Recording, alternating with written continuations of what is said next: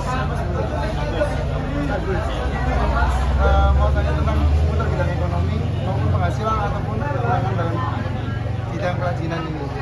Yang pertama, berapakah keuntungan yang didapat dalam memperdagangkan kerajinan kasongan? Keuntungan yang didapat untuk penjualan ini itu variasi. Jadi kalau ini kan kita banyak ya, pengrajinnya banyak, sangatnya banyak. Itu kalau kita dijadikan satu itu kita bisa M. Wow, cukup tinggi ya. Nah, kan waktu tahun kemarin, tahun 2020-2021 kan Indonesia tertimpa sebuah musibah ya, yaitu pandemi COVID-19. Nah, semua orang juga pasti sudah tahu dan semua dunia diberhentikan terutama buat turis datang ke Indonesia. Nah, untuk pengrajinan kasongan ini penghasilannya pada saat pandemi itu naik apa turun, Mas?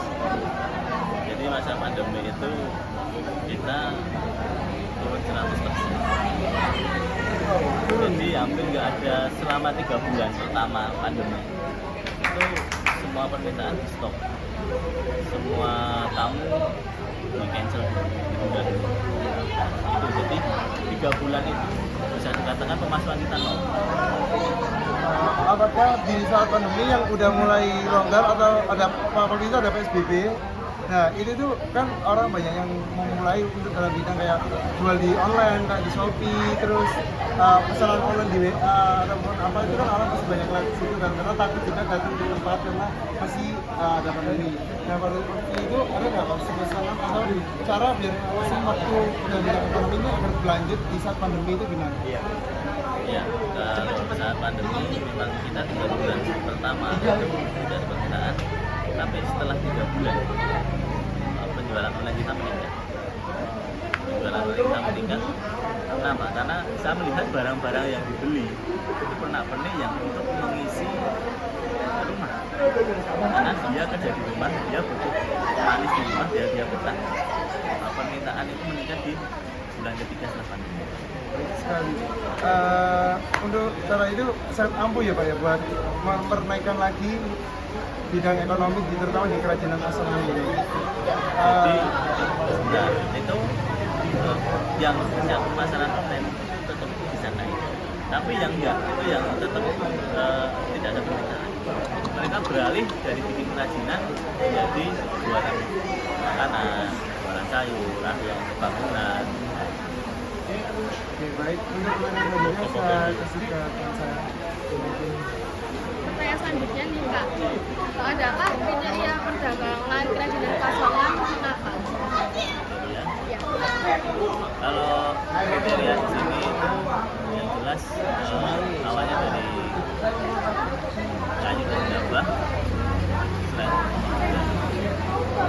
bambu, bahan kita kombinasi dengan kuningan, kita kombinasi dengan cat, sehingga produk-produk itu menarik. Dan pasarnya itu berbeda-beda. Pasar Eropa itu misalnya produk yang biasa, pasar lokal itu barang-barang yang bisa difungsikan, bisa perhiasan, bisa untuk fungsinya ada. Itu jadi caranya. Pertanyaan selanjutnya nih Kak, apa sajakah kendala dan solusi penyajian kerajinan kasongan? Kendalanya bahan baku ya. Bahan baku itu kan kalau tanah kita ambil terus kan nggak akan ada lagi. Nah, sekarang tanah itu kita harus ambil ke wilayah lain untuk memenuhi kebutuhan pembuatan bahan baku. Nah, dari situ terutama dengan keduanya SDM. Anak-anak yang sudah kuliah itu rata-rata kerjanya udah bulan. Nah, dia tidak punya kemampuan atau keinginan untuk mengembangkan kerajinan yang ada di wilayah itu. Selain itu, selanjutnya kelemahannya para pengrajin yang lamasan yang dulu itu tidak punya kemampuan internet. Seperti yang saya sampaikan tadi, kalau tidak punya kemampuan untuk pemasaran online, dia akan stagnan atau dia nggak bisa berkembang. Lalu solusinya ya, kita ikut pelatihan, kita membantu juga membuat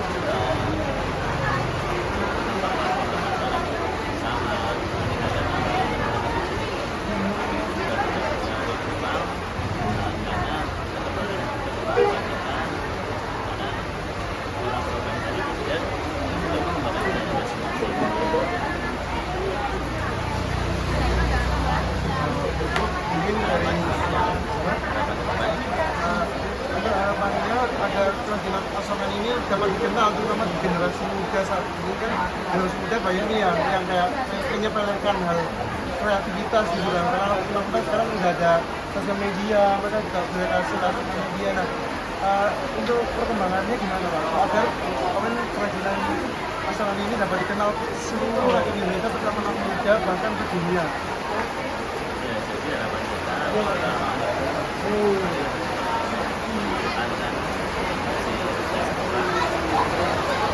pertama akan bantu memasarkan produk yang ada di lokal kita silakan berbuat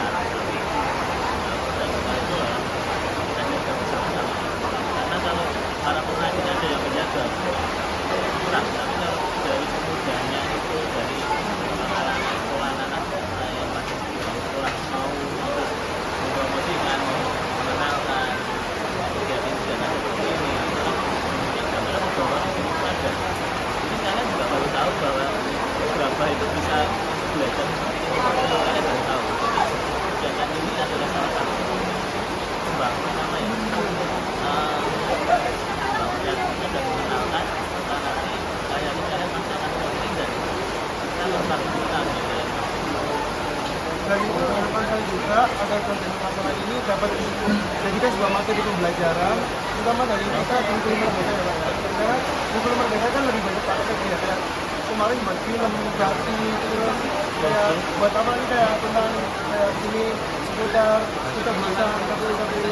Nah, semoga di kedepannya kerajinan asal ini dapat diteruskan di seluruh Merdeka yang selanjutnya. Semoga kami mendengar ini dan diangkat menjadi berikutnya. Terima kasih buat semuanya dan sampai jumpa.